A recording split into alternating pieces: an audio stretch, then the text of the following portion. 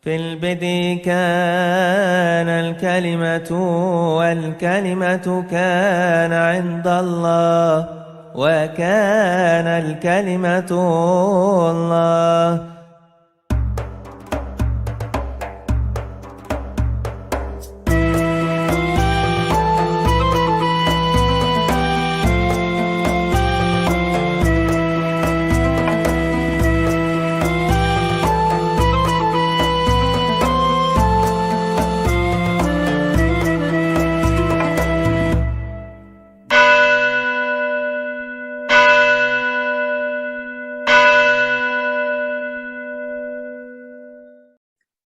Untuk mendukung pelayanan Bambang Nursena Channel, jangan lupa subscribe dan nyalakan lonceng notifikasinya.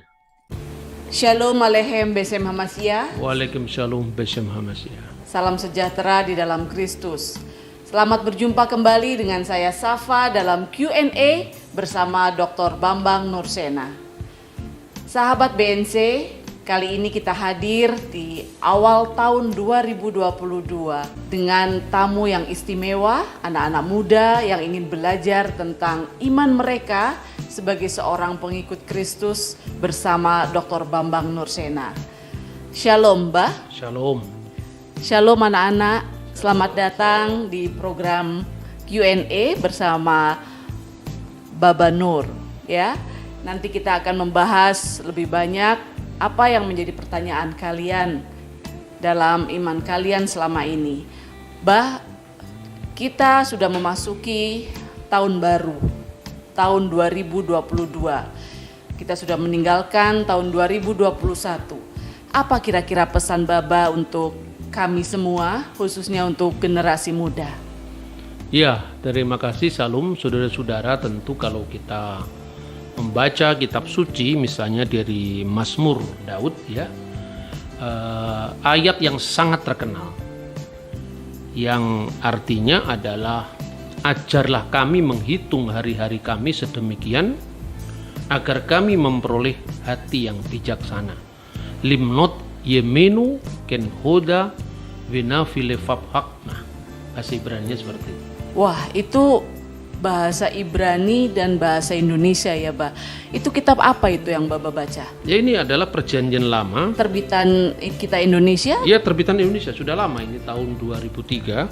Jadi bagi teman-teman yang ingin mempelajari Alkitab dalam bahasa aslinya, sekarang sudah tersedia ini bahasa aslinya, yaitu bahasa Ibrani dan bahasa Indonesia. Wah, menarik. Jadi ini yang disebut dengan Tanakh, ya, Torah, Nevim, Ketubim. Jadi kitab Taurat, kitab Nabi-Nabi, dan tulisan-tulisan suci yang lain. Jadi sudah tersedia, jadi teks bahasa asli. Dan itu sudah bisa dibeli bebas. Oh, gitu sudah ya, bisa Bah? dibeli bebas. Paling tidak kalau tidak tersedia di toko buku umum, kadang-kadang habis, kita bisa langsung membelinya lewat Pesan ke lembaga Alkitab LAI. Indonesia. Oh ya, jadi sahabat BNC bisa memiliki Alkitab dua bahasa ya, bahasa Ibrani dan bahasa Indonesia dengan memesannya di lembaga Alkitab Indonesia. Baik, Bah, mengawali tahun 2022 ini yang tadi Baba baca dari kitab Mazmur 90 ya, Bah. Iya. Dan kita akan membahas mungkin sekitar itu untuk tema kita pada program kali ini. Saya tahu kalau Mazmur itu adalah tulisan dari Raja Daud. Raja Daud, iya. Tetapi di sana ada doa yang itu adalah tulisan dari Musa. Apakah sebelum itu sudah ada Mazmur? Artinya sebelum Daud sudah ada Mazmur? Ya begini, jadi pemahaman kita tentang Mazmur itu tidak harus melihat bahwa itu semua tulisan Daud.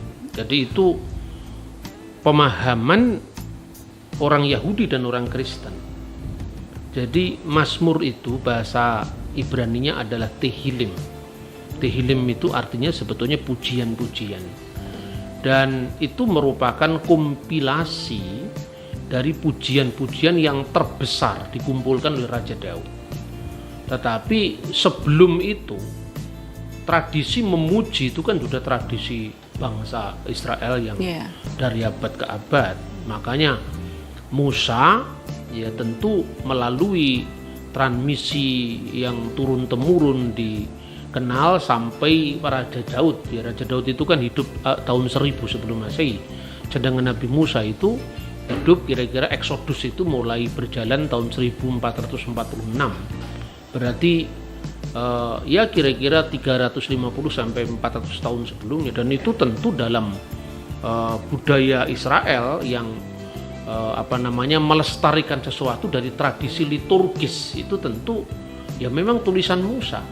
Jadi dalam bahasa aslinya itu sebetulnya doa Musa abdi Allah, kan terjemahan Indonesia begitu ya, pasal 92 ayat 1. Sebetulnya di dalam bahasa Ibrani itu berbunyi Tefilah Moshe Isha Elohim. Jadi doa Musa, Is itu artinya laki-laki, Ha Elohim artinya laki-laki Allah. Diterjemahkan secara bebas abdi Allah artinya seorang yang benar-benar dipakai Allah. Kalau dalam terjemahan bahasa Arab itu adalah sholat li Musa. Jadi doa dari Musa, rajulillah, jadi laki-laki Allah. Nah itu dari zaman Musa, kemudian nyanyian pujian, kita kan bisa melihat misalnya di dalam kitab Taurat ya, misalnya Eleha Devarim 32, 33 itu kan isinya nyanyian Musa. Dan tentu ada mazmur yang dilestarikan oleh bangsa Israel yang kemudian dimasukkan dalam mazmur Daud. Nah, tradisi pujian itu sampai sekarang masih berlaku. Misalnya kalau kita lihat ya, orang Yahudi misalnya itu misalnya kita bisa melihat di memorial makam David ya di Yerusalem dekat Senakel itu. Di situ kan mereka selalu membawa kitab Mazmur seperti ini, yang kecil-kecil itu, yang kecil begini, dan itu dimasukkan ke saku. Jadi mereka mengajikan Mazmur ini ya, Mizmor le David atau Tefilah Moshe Isha Elohim, itu dibaca seperti itu. Dan kemudian pernah lihat kan, orang Kristen itu kan bagian dari Yudaisme, sehingga Mazmur ini kemudian kalau di gereja-gereja berbahasa Yunani juga ini ada psalmoi. Jadi ini dari bahasa Yunani. Kemudian kalau dalam bahasa Koptik ya bahasa Koptik, bahasa Syriak di gereja Ortodoks Syria, dan bahasa Arab ya, karena Timur Tengah itu mayoritas mereka sekarang memakai bahasa Arab ya, sejak sebelum zaman Islam, khususnya di Syria, dengan ditemukannya prasasti-prasasti pra-Islam yang kebanyakan tertulis dalam bahasa Arab, misalnya prasasti Umul Jimal, prasasti Jabat, prasasti Haran, itu kan semua sebelum kelahiran Nabi Muhammad. Hanya memang tidak meluas. Bahasa Arab itu diperluas setelah kedatangan agama Islam. Sampai hari ini orang dari gereja Koptik juga membacanya seperti orang Yahudi, min masamir liyabina Dawud an-nabi wa malikut tohir barokatuhu alaina amin haleluya.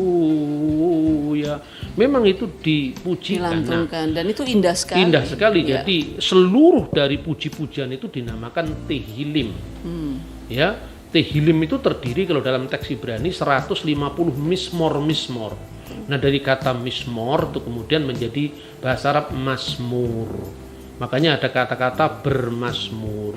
Dan kita memiliki teksnya ya, misalnya kalau ini tadi teks Ibrani ya dengan bahasa Inggris, ini diterbitkan oleh Tel Aviv Publishing, ini penerbit Yahudi. Ini penerbit Kristen ya di Athena dalam bahasa Yunani. Ini penerbit Yahudi misalnya ya. Ini Mesorah Publishing, ini penerbit Yahudi, dan isinya juga sama. Jadi kitab Yahudi dan kitab Kristen itu satu. Yang berbeda adalah penafsirannya. Jadi teks aslinya ya bahasa Ibrani masih terpelihara sampai hari ini. Tidak benar kalau bahasa aslinya kitab suci itu hilang, itu tidak benar.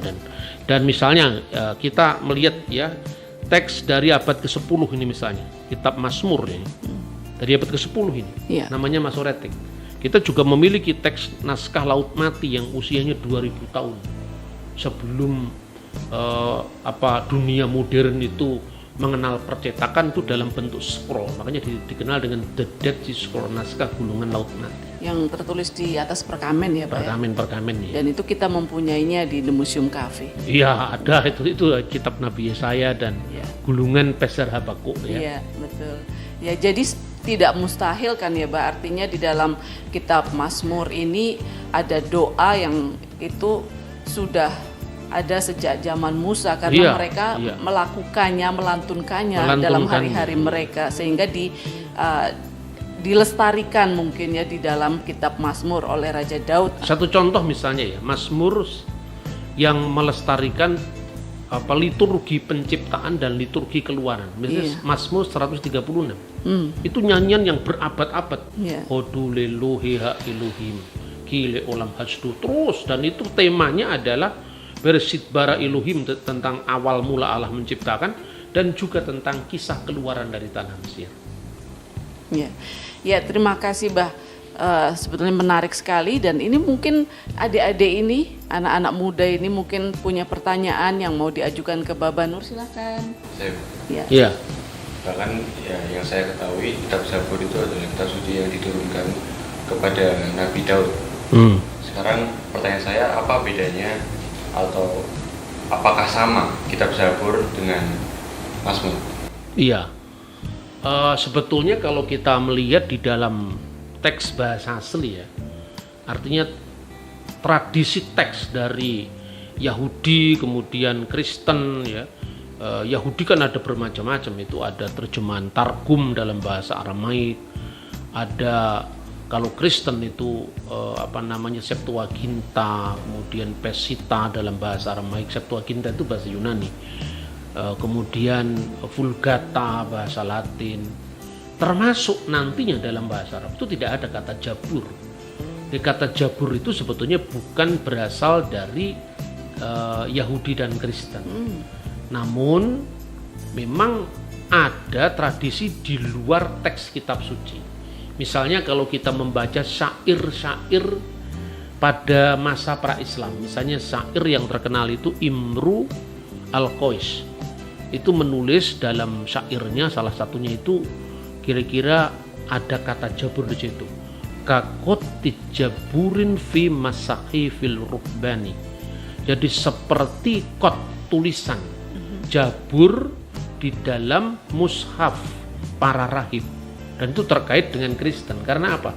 Di wilayah Arab sebelum zaman Islam itu kan banyak dir ya, atyar bahasa Arabnya secara jamak. Dir itu adalah biara. Di mana Mazmur itu menjadi bagian dari doa-doa mereka. Maka dari kata jabur itu kemudian mulai dikenal sebagai padanan dari kata Mazmur. Padahal sebetulnya kalau di dalam teks asli Ibrani tidak ada. Terus kemudian bahasa Yunani yang lebih tua, misalnya Septuaginta juga tidak ada. Jadi itu kemudian menjadi istilah khas dalam dunia puisi sebelum zaman Islam, lalu dilanjutkan oleh Islam. Tetapi jabur tidak pernah turun.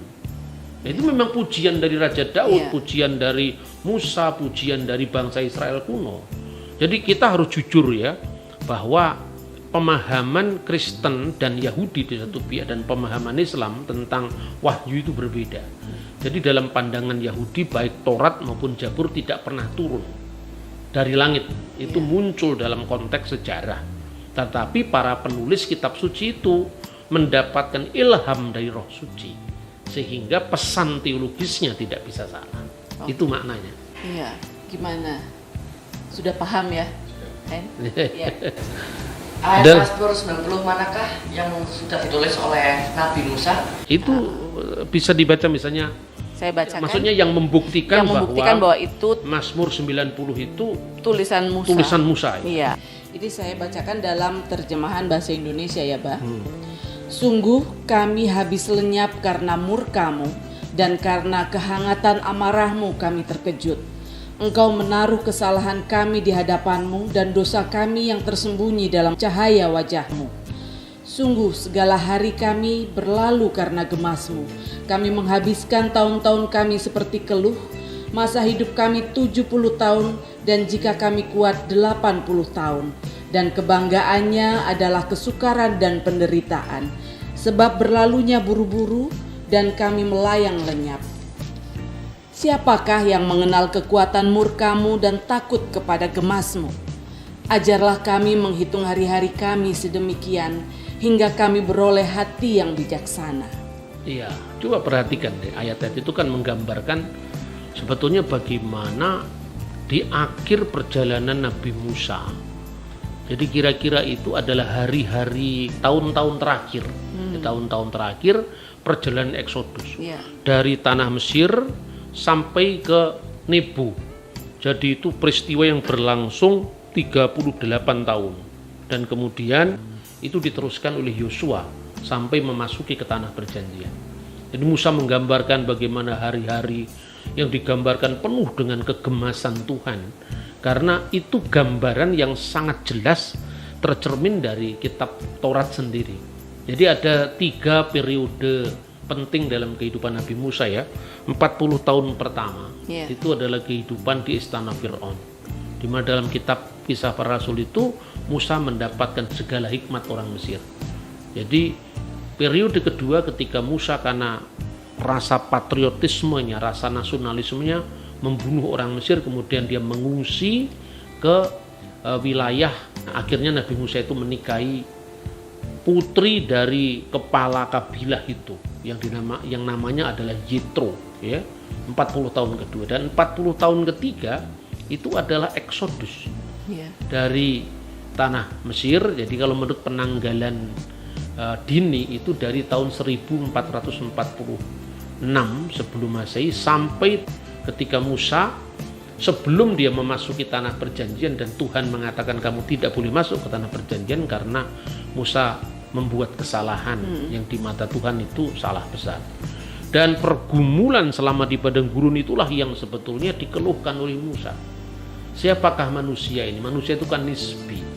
Ya, 1000 tahun di kita itu seperti 1 hari di mata Tuhan. Jadi artinya 1000 ini bukan 1000 dalam pengertian bilangan 1000 tahun beneran. Itu artinya masa yang tak terbatas. Jadi masa manusia itu tidak sebanding dengan kekekalan Tuhan. Makanya dalam Mazmur 90 itu diawali engkaulah tempat perteduhan kami, dari abad ke abad turun-temurun engkau adalah Allah dan seterusnya. Jikalau Tuhan itu mau, Tuhan hanya mengatakan kembalilah kamu kepada debu dan seterusnya. Itu gambaran betapa nisbinya kehidupan manusia ya. Nah, itu yang menjadikan salah satu bukti bahwa sebetulnya itu gambaran tentang periode akhir dari Eksodus itu sendiri. Ya, jadi 5 ayat itu menyiratkan bagaimana perjalanan Musa saat itu, khususnya di hari-hari terakhirnya ketika Eksodus ya. Ya, memang tidak secara eksplisit tertulis itu tulisan Musa ya, tetapi dari isinya kita bisa yang eksplisitnya ya judulnya tadi, itu Tefilah. Dari Musa tadi, Isha Elohim tadi. Oh ya, betul. Ya, terima kasih, Bah. Ini anak-anak ada lagi yang mau bertanya. Dalam Mazmur 90 ayat 10 yang telah dibacakan tadi kan berbunyi masa hidup kami itu 10 tahun, kalau kuat 80 tahun. Nah, apakah yang kita dapat pelajari dari kehidupan Musa ini, Pak? Masa hidup kami 70 tahun. Kalau kuat 80 tahun. Kebanggaannya adalah penderitaan dan seterusnya. Jadi Musa sendiri menyadari usia normal pada zamannya itu 70, itu rata-rata. Kemudian kalau kuat 80. Tetapi kenapa Tuhan mengizinkan dia sampai berusia 120 tahun? 20 tahun, betul. Karena ada tugas yang harus diemban oleh Musa. Dan itu di mata Musa dalam kelemahan insaninya. Itu adalah pergumulan yang berat, yaitu yang ditampakkan dalam Mazmur ini. Nah, karena itu apa sih sebetulnya gambaran beratnya tugas Musa? Nah, tentu ini kisah yang panjang, tapi boleh kita simpulkan begini. Kalau kita mencermati kitab Torah ya, itu Kejadian sampai akhir itu kan periode di mana awal kehidupan manusia sampai zaman bapak-bapak leluhur ya. Kemudian periode kitab Keluaran ya sampai kitab Ulangan. Jadi Sefer Elishemot, Sefer Wayikra, Sefer Bamidbar sampai Sefer Elahadifarim itu isinya kehidupan di padang gurun. Dan belum sampai ke tanah perjanjian. Baru ke tanah perjanjian itu kan Sefer Yehosua, kitab Nabi Yosua. Sebelumnya itu kehidupan padang gurun. Maka di sanalah bangsa Israel ditempa oleh Tuhan dan diajarkan mereka itu nanti akan menjadi bangsa yang merdeka, akan menjadi bangsa yang merdeka. Untuk menjadi bangsa yang merdeka, dia harus memiliki jiwa merdeka. Dan apa yang terjadi ketika di padang gurun? Tuhan memberikan contoh bagaimana nanti dia menyembah Tuhan. Makanya ada kemah suci, kemah pertemuan yang nanti menjadi model dari pembangunan Bet Hamikdas, Baitul Maqdis atau Bait Suci yang baru terrealisasi pada zaman Raja Daud. Ya, artinya katakanlah peletakan batu pertama, tapi diselesaikan pada zaman putranya yaitu Raja Sulaiman atau Raja Salomo. Jadi bayangkan di dalam 40 tahun terakhir kehidupan Musa itu betapa sulitnya. Di tengah-tengah Tuhan memberikan disiplin seperti disiplin militer. Tuhan memberikan hukum yang keras. Dan hukum itu antara lain apa? Kalau bagi orang Yahudi yang namanya misfot atau hukum itu sebetulnya ada 3 klasifikasi. Dan 3 klasifikasi itu pun sebetulnya lebih berat daripada bangsa lain. Kalau bangsa lain itu berlaku yang oleh para rabi nanti dirumuskan menjadi 7 hukum keturunan Nuh atau Sefa Misfot Binin Noah. Tetapi untuk Israel ini lebih berat, yang namanya Misfot Moshe, yang nanti oleh para rabi disistematisir menjadi Taryak Misfot Moshe 613 Misfot Musa. Meskipun itu tidak semua rumusan dari zaman Musa, tapi artinya ada konsistensi sikap dari zaman Musa sampai zaman Rabinik itu tetap ya. Hukum itu 3. Pertama Mispatim. Mispatim itu hukum yang berlaku bagi semua bangsa, semua agama, semua orang. Secara umum gitu ya. Jangan membunuh, jangan mencuri, jangan berzina, jangan berlaku dusta, itu universal. Itu berlaku bagi semua bangsa, juga muncul dalam hukum Nuh. Jadi kita orang Indonesia, baik Kristen, Islam, Hindu, Buddha, ya hukum Nuh itu. Yang kedua itu adalah dikenal Edot, itu memorial law. Nah, bangsa itu selalu dilatih oleh Tuhan misalnya memiliki memori-memori yang harus dikenang sebagai pelajaran sejarah. Historia es magistra vitae, bahwa sejarah adalah guru dari kehidupan itu sendiri. Apa misalnya? Orang Yahudi dilarang makan daging di pangkal paha. Apa yang tersirat di sana? Memperingati ketika Nabi Yakub itu dipukul pangkal pahanya dalam sebuah pergulatan dengan seorang malaikat yang berteofani menjadi manusia. Nah, nenek moyang kita kan tidak pernah dipukul pangkal pahanya. Jadi boleh ya, Pak. Jadi kita boleh makan itu gitu. Contoh-contoh yang seperti ini kan orang memahaminya jangan letterless. Terus kemudian orang Yahudi kan dikuduskan supaya dia tidak serupa dengan bangsa-bangsa lain. Nah, melihat praktek bangsa lain misalnya penyembahan berhala. Dewi kesuburan Asyera itu dewi yang disembah oleh orang-orang di masa itu, orang-orang Filistin. Maka dilarang makan daging bersama susu induknya. Itu kan gambaran bagaimana supaya bangsa Israel tidak sama dengan bangsa Filistin yang menyembah dewi kesuburan Asyera tadi.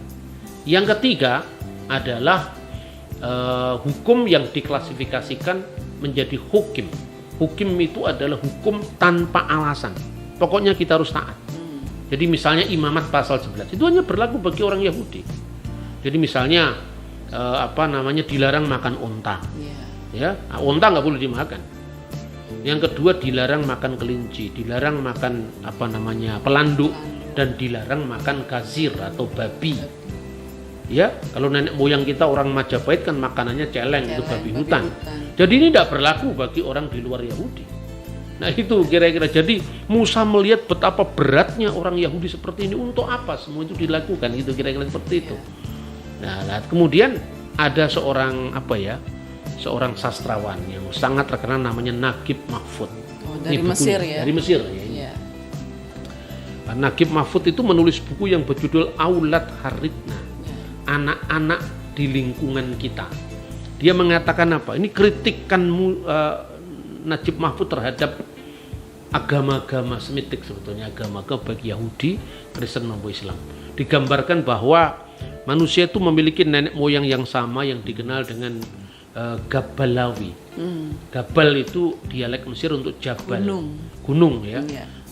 Awi itu dialek Mesir untuk Qawi. Jadi kuat, besar. Gunung yang kuat itu gambaran nenek moyang manusia. Dan sebagai orang Mesir dia terkesan dengan Bukit Mu'atam ya, orang Mesir mengatakan. Lalu dari Gabalawi itu memiliki anak-anak yang semua disuruh untuk menuntaskan misi untuk bagaimana membawa perdamaian, kesejahteraan, keadilan di bumi. Satu namanya Adam, dan Adam itu gagal. Itu gambaran siapa? Gambaran tentang kejatuhan manusia pertama yang bernama Adam. Kemudian dikirimlah putra yang kedua, namanya adalah Gabal. Itu Gunung Sinai.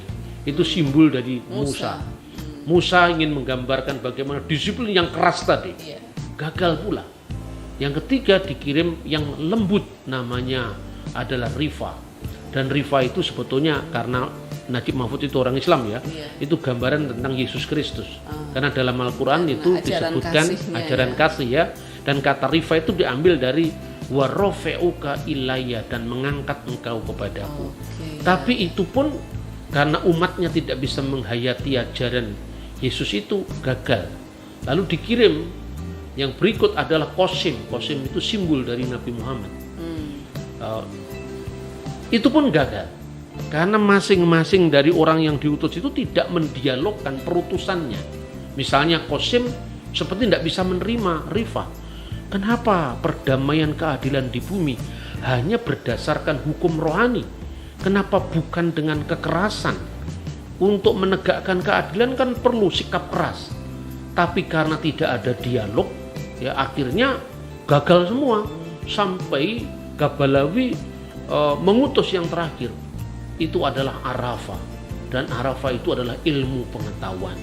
Jadi gambaran agama-agama itu gagal karena fanatik, karena menang sendiri, karena melihat orang lain itu adalah kafir. Stigmatisasi seperti itu yang dikritik oleh Najib Mahfud, dan akhirnya ilmu pengetahuan yang membebaskan manusia dari sekat-sekat keagamaan yang pengap, sempit dan fanatik itulah yang justru berhasil.